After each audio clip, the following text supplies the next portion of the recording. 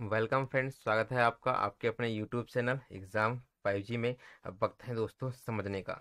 General science सामान्य विज्ञान की यह क्लास नंबर 8 है, जिसमें फिजिक्स के अंतर्गत हम वेव्स या मोशन ऑफ वेव्स तरंग एवं तरंगति इस टॉपिक का अध्ययन हम करेंगे। यदि हमारा यह वीडियो आपको अच्छा लगता है तो आप हमारे इस वीडियो को लाइक कीजिए। अगर आपको अच्छा नहीं लगता है तो डिसलाइक भी आप कर सकते हैं। ठीक है दोस्तों, अच्छा लगे तो ही आप इसे लाइक कीजिए। अगर आपको कुछ समझ में आता हो, कुछ नई बातें सीखने को मिलती हो, और एग्ज़ाम की दृष्टि से आपको ये हमारा यह वीडियो यूज़फुल लगता हो, तो आप हमारे इस वीडियो को अपने दोस्तों तक ज़रूर पहुंचाएं, इसे शेयर ज़रूर करें। और इसी प्रकार की वीडियोस प्राप्त करने के लिए आप हमारे इस वीडियो को सब्सक्राइब अवश्य करें।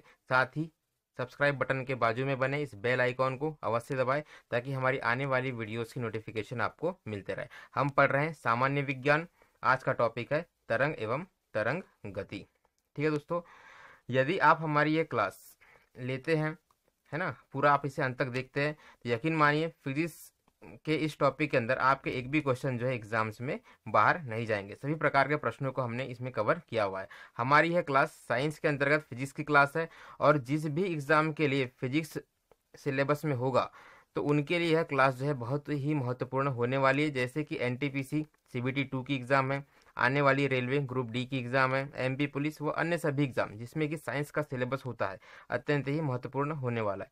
तो आइए सबसे पहले हम ये समझते हैं कि आखिर में ये तरंग होता क्या है। ठीक है, ये तरंग क्या होती है। तो किसी एक माध्यम, मैं मान लेता हूँ एक माध्यम है, यदि कोई कण इस माध्यम के दोनों ओर इस प्रकार से गति कर रहा है, किस प्रकार से दोस्तों, इस प्रकार से गति कर रहा है किसी एक माध्यम ओ के दोनों ओर, तो इस प्रकार की गति को हम तरंग गति कहते हैं मोटे मोटे तौर पर। ठीक है, ये आप समझ गए। अब तरंगे जो होती है यह दो प्रकार की होती है मुख्यतः। ठीक है दोस्तों, एक तो होती है आपकी यांत्रिक तरंग। ठीक है, तरंगे क्या होती है, तरंग होती है आपकी दो प्रकार की। इसमें से एक होगी आपकी यांत्रिक तरंग, और दूसरी होगी विद्युत चुंबकीय तरंगे। विद्युत चुंबकीय तरंगे आपको नोट नहीं करना है, बस आपको समझने के लिए बता रहा हूँ। ठीक है, क्योंकि थ्योरी क्लास नहीं है, ये एमसीक्यू बेस्ड क्लास है। क्लास का फॉर्मेट एमसीक्यू यानी क्वेश्चंस के आधार पर होने वाला, साथ ही मैं आपको कंसेप्ट और उसकी डिटेल जो है बताते चलूंगा। तो तरंगे एक माध्यम के दोनों ओर गति करती है। तरंगे दो प्रकार की होती है, एक होती है यांत्रिक तरंगे और एक होती है विद्युत चुंबकीय तरंगे। ठीक है दोस्तों, अब यांत्रिक तरंगों के कुछ प्रकार के बारे में बता देता हूँ। यांत्रिक तरंगे जो होती है यह दो प्रकार की होती है। यांत्रिक तरंगे क्या होगी दोस्तों, दो प्रकार की होगी। एक होगी अनुप्रस्थ तरंगे। क्या होगी दोस्तों, एक अनुप्रस्थ तरंगे, और एक होती है अनुदैर्घ्य तरंगे। अनुदैर्घ्य तरंगे। अब इनके एग्जाम्पल जो होते हैं वो मैं क्वेश्चन के माध्यम से आपको समझाने का प्रयास करूंगा। तो चलिए आज की क्लास हम शुरू करते हैं। पहला क्वेश्चन हम लेते हैं। क्वेश्चन है, निम्न में से कौन सी तरंग यांत्रिक तरंग है। ऑप्शन है आपके पास रेडियो तरंगे, एक्स तरंगे, ध्वनि तरंगे और प्रकाश तरंगे। तो दोस्तों इसमें आपका ऑप्शन नंबर डी ध्वनि तरंगे जो है ये इसका सही जवाब है। मैंने आपको बताया था कि दो तरह की तरंगे होती है, एक होती है यांत्रिक तरंगे और एक क्या होती है आपकी इलेक्ट्रोमैग्नेटिक वेव्स यानी कि विद्युत चुंबकीय तरंगे। तो यह जो रेडियो तरंगे हैं, एक्स तरंगे हैं और प्रकाश तरंगे है, ये इलेक्ट्रोमैग्नेटिक वेव्स का ही एक टाइप्स है, या उसके अंतर्गत ये आती है। टाइप नहीं कहेंगे, अंतर्गत आती ही कहेंगे। ठीक है, रेडियो तरंगे एग्जाम्पल है, प्रकाश तरंगे और एक्स तरंगे, ये तीनों तरंगे एग्जाम्पल है इलेक्ट्रोमैग्नेटिक वेव्स का। और ध्वनि तरंगे किसका एग्जाम्पल है, यांत्रिक तरंग का एग्जाम्पल है। तो इस क्वेश्चन से हमके इतनी जानकारी जो है मिल जाती है। देखते हैं नेक्स्ट क्वेश्चन। दीर्घ रेडियो तरंगे पृथ्वी की किस सतह से परावर्तित होती है। ठीक है दोस्तों, ये हमारी पृथ्वी है, ये क्या है, हमारी अर्थ है। अब इसके बाहर जो है हमने परतों का विभाजन कुछ बहुत सारी परतों का विभाजन हमने कर रखा है, जिसमें कि क्षोभ मंडल, आयन मंडल, समताप मंडल ये आता है। ठीक है, सबसे नीचे वाले मंडल को क्या कहते हैं हम, क्षोभ मंडल, समता, उसके ऊपर आएगा आपका समताप मंडल, आयन मंडल। ठीक है, ये आएगा। क्वेश्चन में क्या पूछा जा रहा है कि रेडियो तरंगे, रेडियो वेव्स पृथ्वी की किस सतह से परावर्तित होती है। तो इसका सही जवाब है दोस्तों बी आयन मंडल। और आयन मंडल को ही हम इंग्लिश में क्या कहते हैं, आयोनोस्फीयर, आयोनो स्फीयर के नाम से जानते हैं। तो रेडियो तरंगे जो कि पृथ्वी से यानी कि इस पृथ्वी से भेजी जाती है ऊपर की तरफ, वह आयोनोस्फीयर से टकरा करके पुनः पृथ्वी की ओर क्या हो जाती है, परावर्तित हो जाती है। ठीक है, आई होप कि आप कॉन्सेप्ट भी समझ गए होंगे। देखते हैं नेक्स्ट क्वेश्चन। बेतार के तार का संपर्क पृथ्वी के बेतार के तार का संपर्क पृथ्वी के धरातल को परावर्तित किया जाता है।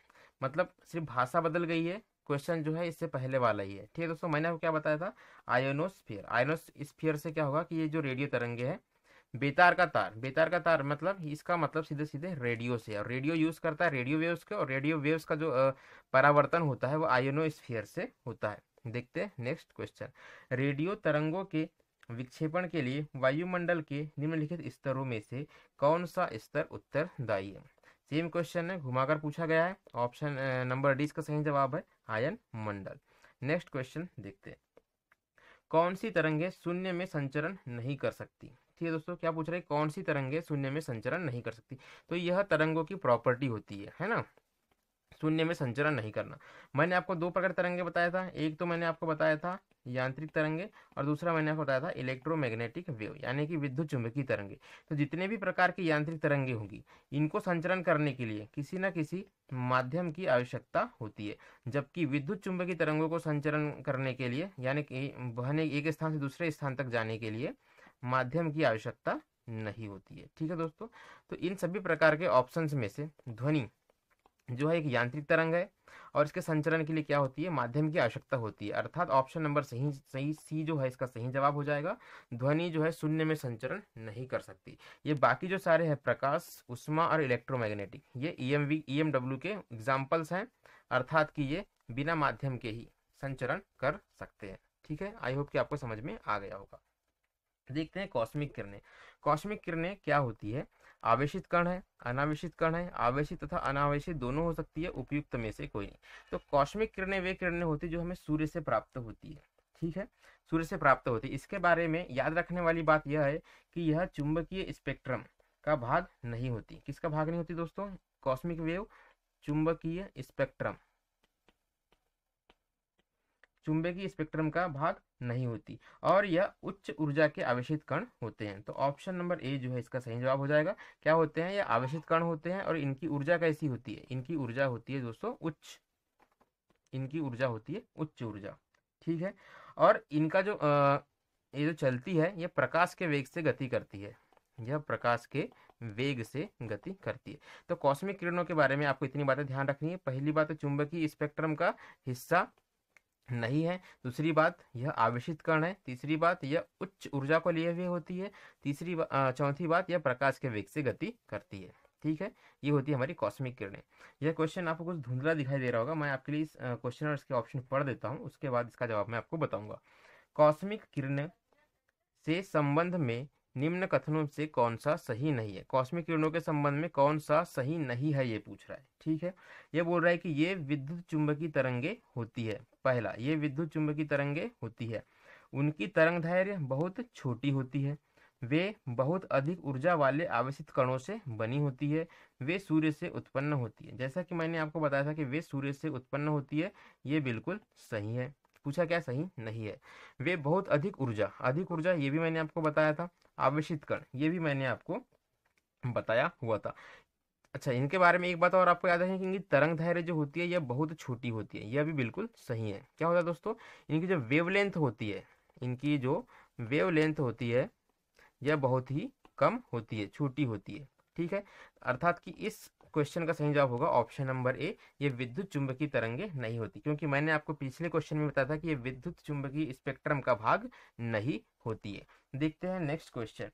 परा उच्च आवृत्ति अल्ट्रा हाई फ्रीक्वेंसी यूएचएफ, ये लिखा हुआ यूएचएफ अल्ट्रा हाई फ्रीक्वेंसी की तरंगे साधारणतः संचारित की जाती है। मतलब ये जो यूएचएफ होती है किस रूप में संचालित की जाती है, यह क्वेश्चन में पूछा गया। ऑप्शन है भूतरंगों के रूप में, आकाश तरंगों के रूप में, अंतरिक्ष तरंगों के रूप में, या पृष्ठ तरंगों के रूप में।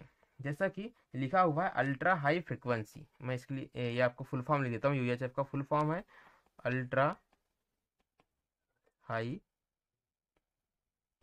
फ्रीक्वेंसी। ठीक है दोस्तों, तो यह जो है साधारणतः अंतरिक्ष तरंगों के रूप में संचारित की जाती है। ठीक है, इनकी आवृत्ति बहुत ही उच्च होती है, और वेवलेंथ जो होती है वह कम होती है। ठीक है, आवृत्ति उच्च होती है, वेवलेंथ कम होती है। क्या होती है दोस्तों इनकी आवृत्ति, अल्ट्रा हाई है, उच्च आवृत्ति लिखा ही हुआ है, तो आवृत्ति कैसी होगी इनकी, उच्च होगी, और जिनकी आवृत्ति उच्च होती है इनकी जो वेवलेंथ होती है वह कम होती है। ठीक है, ये बात आप अतिरिक्त रूप से याद रखेंगे। देखते हैं नेक्स्ट क्वेश्चन। दो उत्तरोत्तर सुरंग, इंग्लिश में क्या है, सक्सेसिव क्रेस्ट, और दो उत्तरोत्तर गर्त, सक्सेसिव ट्रॉ, के बीच की दूरी को हम क्या कहते हैं? तो सबसे पहले मैं आपको इसका आंसर बता देता हूँ कि दो उत्तरोत्तर सुरंग और गर्त के बीच की दूरी को हम तरंग दैर्घ्य कहते हैं। आपने इसको समझना है तो आप समझिए कि ये एक मीडियम है, इस पर एक कोई वेव जो है इस तरह से गति कर रही है, तो इसका ये जो पीक होगा इसे हम कहते हैं श्रृंग। ठीक है दोस्तों, इसे हम क्या कहते हैं, श्रृंग। और जो इसका डाउन वाला पार्ट है ये, इसमें मैंने अभी मार्क किया, इसे मैं कहता हूँ गर्त। ठीक है, तो ये दो सुरंगों के बीच की दूरी या दो गर्तों के बीच की दूरी ये क्या होती है, बराबर होती है। और एक वेव को कंप्लीट होने में जो लगने वाली दूरी है ये भी क्या होती है दोस्तों, ये तीनों दूरियां जो होती है आपस में बराबर होती है, और इसी को हम क्या कहते हैं, तरंग दैर्घ्य, या किसी तरंग की वेवलेंथ हम इसे ही कहते हैं। ठीक है, आई होप कि आप इसे समझ गए होंगे। देखते हैं नेक्स्ट क्वेश्चन। क्रिस्टल की संरचना जानने के लिए निम्न में से किसको प्रयोग में लाया जाता है? क्रिस्टल की अगर हमको संरचना का हमको पता करना है तो इनमें से किसका उपयोग हम करेंगे? ठीक है दोस्तों, तो क्रिस्टलों की संरचना के अध्ययन के लिए एक्स किरणों का उपयोग किया जाता है। ऑप्शन नंबर बी जो है इसका सही जवाब है। और क्रिस्टल की जो संरचना है इसका जो प्रायोगिक विज्ञान होता है, क्रिस्टल की संरचना को जानने का जो विज्ञान होता है उसे हम हिंदी में कहते हैं क्रिस्टल की, और इंग्लिश में हम कहेंगे क्रिस्टेलोग्राफी। ठीक है, क्या कहेंगे दोस्तों, क्रिस्टेलोग्राफी, क्रिस्टेलोग्राफी। ठीक है, आई होप कि आप मेरी बात समझ गए होंगे। देखते हैं नेक्स्ट क्वेश्चन। एक राडार जो शत्रु के वायुयान की उपस्थिति का पता लगाता है क्या प्रयोग करता है? मतलब कि राडार में क्या प्रयोग किया जाता है, क्या पूछ रहा है ये, राडार में क्या प्रयोग किया जाता है? मतलब राडार का फुल फॉर्म क्या है, radio waves detection and ranging. ठीक है, किसका उपयोग किया जाएगा, रेडियो तरंगों का। ऑप्शन नंबर बी जो है यह सही जवाब आपका हो जाएगा। राडार जो होता है वह रेडियो तरंगों पर बेस्ड होता है, रेडियो तरंगों पर कार्य करता है। देखते हैं नेक्स्ट क्वेश्चन। जब समताप मंडल में ओजोन का अवक्षय होता है, यानी कि सब समताप मंडल में ओजोन क्या होती है, नष्ट होती है, कहाँ पर, समताप मंडल में। इसका मतलब क्या है, ओजोन परत कहाँ पाई जाती है दोस्तों, ओजोन परत पाई जाती है समताप मंडल में। जब इसका क्षय होता है तो पृथ्वी के धरातल पर पतित विकिरण की तरंग दैर्घ्य कितनी होती है, ये पूछ रहा है। ठीक है, तो हम जानते हैं कि जो ओजोन परत का जो क्षय हो रहा है, ओजोन परत का काम क्या होता है एक्चुअली में, तो ओजोन परत हमारे पृथ्वी पर आने वाली हानिकारक अल्ट्रावायलेट रेस यानी कि पराबैंगनी किरणों को रोकती है। पराबैंगनी किरणों का उत्सर्जन कहाँ से होता है, पराबैंगनी किरणों का उत्सर्जन होता है सूर्य से। तो ये है दोस्तों हमारा सूर्य सॉरी, यहाँ से क्या निकल रही है, यूवी रेस, यूवी रेस यहाँ से निकल रही है। अब ये यूवी रेस जो होती है ये तीन प्रकार की होती है। ठीक है, इसमें आपका पहला प्रकार है UV rays type A, UV rays type B और यूवी रेस टाइप सी। ये यूवी रेस कहाँ आ रही है, ये यूवी रेस आ रही है हमारी धरती पर, यह है हमारा अर्थ जहाँ पर आप और हम रहते हैं। यहाँ बीच में कहीं होती है ओजोन की लेयर, ओजोन को हम O3 से प्रेजेंट करते हैं, ये आपकी ओजोन लेयर है। तो ये इनको क्या करती है, ऊपर ही रोक देती है और वापस ऊपर से ये यहाँ से परावर्तित ऊपर की तरफ कर देती है। अर्थात कि जो यूवी रेस है ये पृथ्वी पर नहीं पहुंचती। यूवी रेस अगर हमारे पृथ्वी पर पहुंचती है, अगर हमारी बॉडी पर पड़ती है तो त्वचा के कैंसर होने का खतरा इससे होता है। तो मैं क्या आपको बता रहा था कि यूवी रेस जो होती है तीन टाइप की होती है, ए, बी और सी। तो जो ए किरणों का तरंग दैर्घ्य होता है यह होता है 320 से लेकर 400 नैनोमीटर तक। ठीक है, इसको नैनोमीटर में नापते हैं। नैनो मतलब 10⁻⁻⁹, ये क्या कहलाता है दोस्तों, नैनो। ठीक है, जो यूवी रेस टाइप बी होती है इनकी जो परास होती है, रेंज जो होती है यह होती है 280 से लेकर 320 नैनोमीटर तक। और जो सी टाइप की यूवी रेस होती है इनकी परास होती है 100 से लेकर 280 नैनोमीटर तक। तो जिन यूवी रेस की परास सबसे कम होगी, है ना, तो उनकी प्रतिछेदन क्षमता जो होती है उतनी ही अधिक होती है। ठीक है, तो यदि मैं बात करूं,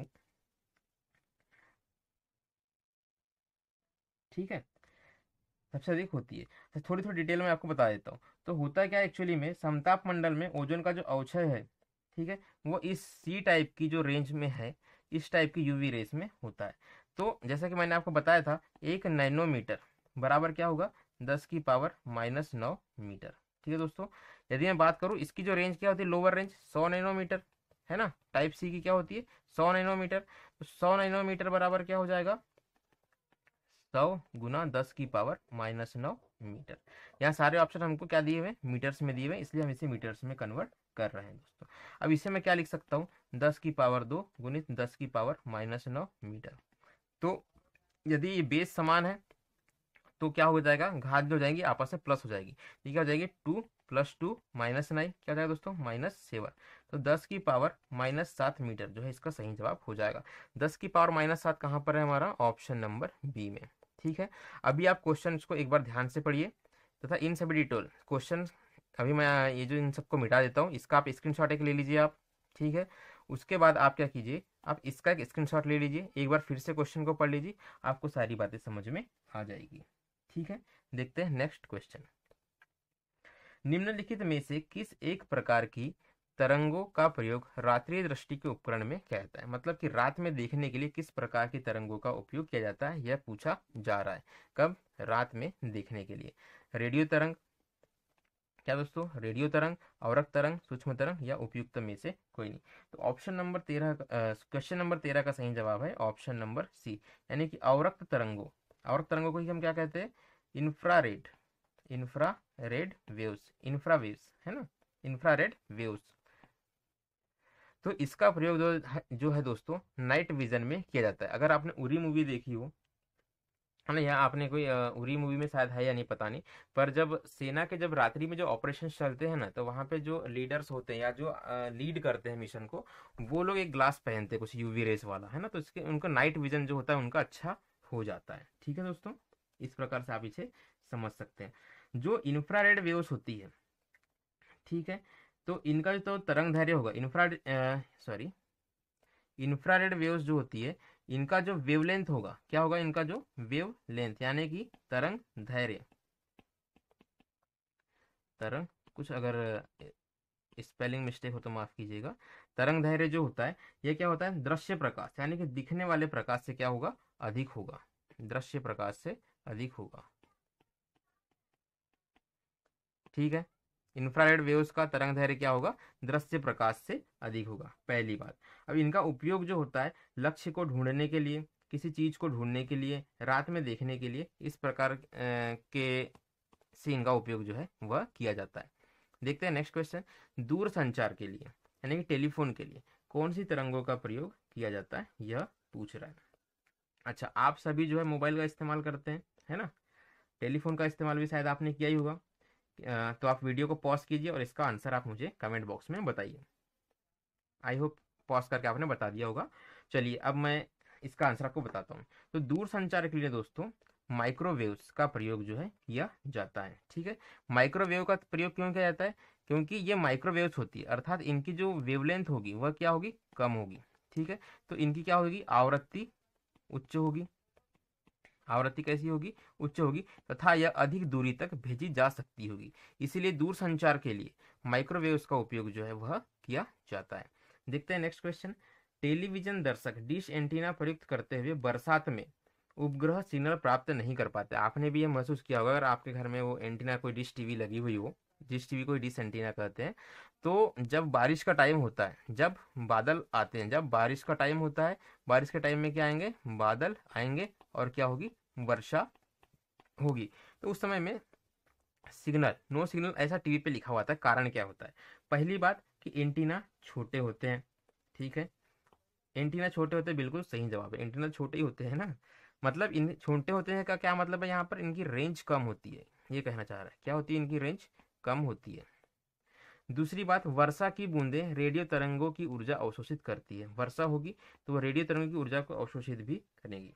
ठीक है, तो दूसरा भी आपका सही हो जाता है, वर्षा की बूंदें रेडियो तरंगों की ऊर्जा की मूल दिशा को विचलित करती है। ठीक है दोस्तों, तो ये भी आपका सही हो जाएगा, ऑप्शन नंबर डी इसका सही जवाब है 1 2 8 3। क्या होता है कि टेलीविजन में डिश एंटीना जो होता है वह सैटेलाइट कहाँ से, सैटेलाइट से आने वाले सिग्नल को ग्रहण करता है। ये आपका सैटेलाइट दिया हुआ है। अब मान लेते हैं कि घर के ऊपर ये हमारा घर है। ठीक है दोस्तों, ये क्या है घर है, इसके ऊपर में ये डिश एंटीना जो है लगा हुआ है इससे। अब सैटेलाइट से क्या होता है सिग्नल भेजे जाते हैं, सैटेलाइट जो कहाँ पर है अंतरिक्ष में। अब बीच में यहाँ पर कहीं ये बादल बने हुए हैं, ये बादल बने हुए, तो सैटेलाइट से आने वाले सिग्नल पहली कंडीशन में तो इस बादल से टकरा कर ही परावर्तित होने लगते हैं, ठीक है।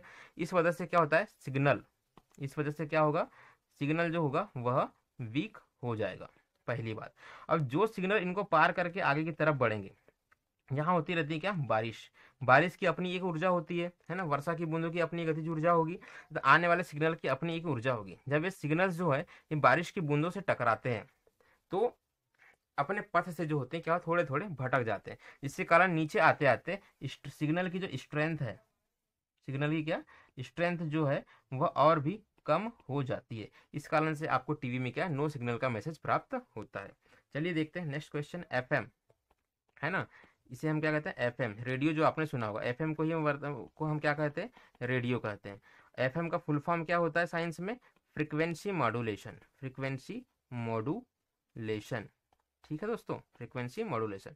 अब जो एफएम प्रसारण करती है, जैसे कि एफएम का नाम तो मैं यहाँ पर नहीं लूंगा, पर जो एफएम में जैसे विविध भारती है ना, एआईआर, ऑल इंडिया रेडियो, जब ये 98.3, चलो ले ही देते हैं, इसमें क्या 98.3 है, 92.7 है, ये जो एफएम प्रसारण सेवा जो देती है, इसमें कौन सी आवृत्ति बैंड का उपयोग किया जाता है, ठीक है। अगर आपने कभी मोबाइल में रेडियो यूज़ किया हो तो सबसे उसे लास्ट तक खिसकाइएगा, है ना, स्टार्टिंग से, और उसे लेकर जाइएगा आगे तक, तो आपको रेडियो की रेंज उसमें पता चल जाएगी। मैं आपको यहाँ बता देता हूँ, यह होती है ऑप्शन नंबर डी, 88 से लेकर 108 मेगा हर्ट्स तक, कहाँ तक के, मेगा हर्ट्स तक, इसे MHz इस तरह से हम लिखते हैं, ठीक है दोस्तों।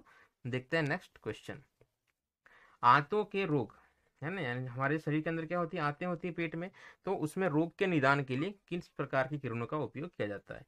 तो आंत में होने वाले रोग के निदान के लिए हम एक्स किरणों का प्रयोग करते हैं, ठीक है, एक्स किरणों का प्रयोग करते हैं। एक्स किरणों का प्रयोग जिसे ही हम क्या कहते हैं, एक्स रे के नाम से जानते हैं, जो कि एक चिकित्सीय उपकरण भी है, यानी कि एक्स किरणों का प्रयोग जो है, एक्स रेस का उपयोग जो है यहाँ पर किया जाता है। तथा ये किरणों के अन्य प्रकार हैं, अल्फा किरण है, ये गैमा किरण है, ये बीटा किरण है, इसे हम बीटा पढ़ते हैं, इसे हम अल्फा गामा पढ़ते हैं, इसे हम अल्फा पढ़ते हैं। देखते हैं नेक्स्ट क्वेश्चन, सीटी स्कैन करने में क्या प्रयोग किया जाता है। तो सीटी स्कैन में भी दोस्तों एक्स किरणें, है ना, एक्स किरणों का जो है मेडिकल यूज है, बहुत ही व्यापक है, एक्स किरणों का प्रयोग मेडिकल यूजेज में बहुत ज़्यादा है। तो सीटी स्कैन जो होता है इसमें भी एक्स किरणों वाली टेक्नोलॉजी का ही प्रयोग किया जाता है, ठीक है दोस्तों। सीटी स्कैन का जो फुल फॉर्म होता है वह होता है, सीटी स्कैन का फुल फॉर्म होता है, इसमें सीटी का फुल फॉर्म क्या होगा, कंप्यूटेड टोमोग्राफी। इसका उपयोग जो है शरीर के आंतरिक भागों के अध्ययन के लिए किया जाता है, ठीक है। तो इस प्रकार जो है हमारा आज का सेशन समाप्त होता है ना, हमारा आज का सेशन क्या होता है दोस्तों, समाप्त होता है। सामान्य विज्ञान के अंदर हमने तरंग और तरंग गति, इन टॉपिक्स का जो है मैं अध्ययन डिटेल से कर लिया है। साइंस की यह क्लास नंबर 8 है। यदि यह वीडियो आपको अच्छा लगा हो तो हमारे इस वीडियो को लाइक अवश्य करें, है ना, नॉलेजफुल लगा हो तो शेयर करें अपने दोस्तों के साथ, और इस प्रकार की वीडियो को भविष्य में प्राप्त करने के लिए हमारे चैनल को सब्सक्राइब जरूर करें। थैंक यू, साथ ही बेल आइकॉन को प्रेस भी कर दें।